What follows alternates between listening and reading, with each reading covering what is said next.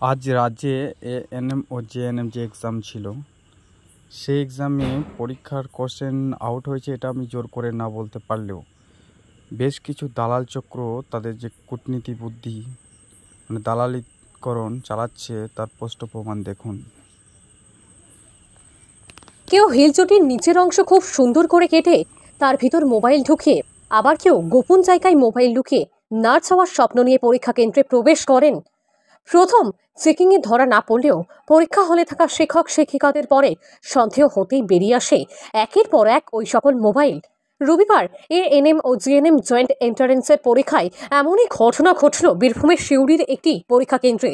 ওই সকল পরীক্ষার্থীদের এইভাবে ধরা পড়ার পর তাদের বিরুদ্ধে পদক্ষেপ গ্রহণের জন্য স্কুল কর্তৃপক্ষ পুরো বিষয়টি কাউন্সিলরকে জানায়। এরপর কাউন্সিল যা ব্যবস্থা গ্রহণ করার তা করবে।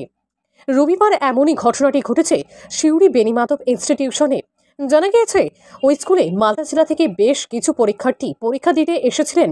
প্রথম পর্যায়ে যে চেকিং হয় তাতে তাদের কাছে থাকা ওই সকল মোবাইল ধরা পড়েনি, কেননা তারা কেউ মোবাইল জুতোর মধ্যে ভরে এনেছিল, কেউ আবার মোবাইল এনেছিল হিল চটির নিচের অংশ কেটে খুব সুন্দরভাবে সেটিং করে, কেউ কেউ আবার মোবাইল লুকিয়ে রেখেছিল শরীরের গোপন জায়গায়। উল্লেখযোগ্য বিষয় হলো প্রত্যেকের কাছে থাকা ফোনগুলি সব ফিচার ফোন। স্কুলের প্রধান শিক্ষক সুজয় কুমার চট্টোপাধ্যায় জানিয়েছেন, আচ্ছা, আজকে এএনএম জিএনএম 2024 জয়েন্ট এন্ট্রান্সের পরীক্ষা ছিল। বেশিরভাগই মেয়েদের সিট। এবার এই মেয়েরা তারা নিজেদের প্রাইভেট পার্টসের মধ্যে ঢুকিয়ে বিভিন্ন কিপ্যাড মোবাইল ফোন ইত্যাদি এনেছিল, যেগুলো ফ্রিস্কিংয়ের সময় ধরা পড়েনি। অনেকে জুতোর তলার ভিতর নিয়ে এসছে, সেগুলো ঠিকভাবে ধরা পড়েনি কোনোভাবে।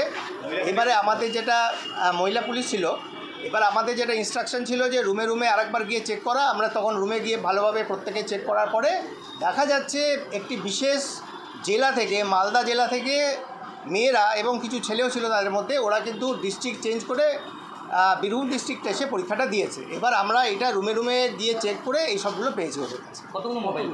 গোটা 10-12টা। কীভাবে রেখেছিল? ওই প্রাইভেট এর মধ্যে জুতোর তলায়। কতজন রয়েছে ওনারা?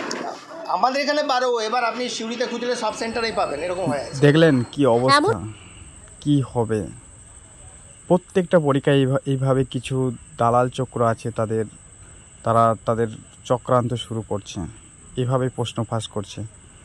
সামনে যেহেতু আমাদের KPWP এক্সাম আছে, জানি না কি হবে এর ফলস্বরূপ। তো প্রশাসনের কাছে আমি একান্তভাবে অনুরোধ করব যাতে সামনে ভবিষ্যতে যত এক্সাম আছে এই রাজ্যে, সমস্ত এক্সামের জন্য কড়া নিরাপত্তা, কড়া ব্যবস্থা নেওয়া, যাতে দালাল চক্র সাবধান হয়।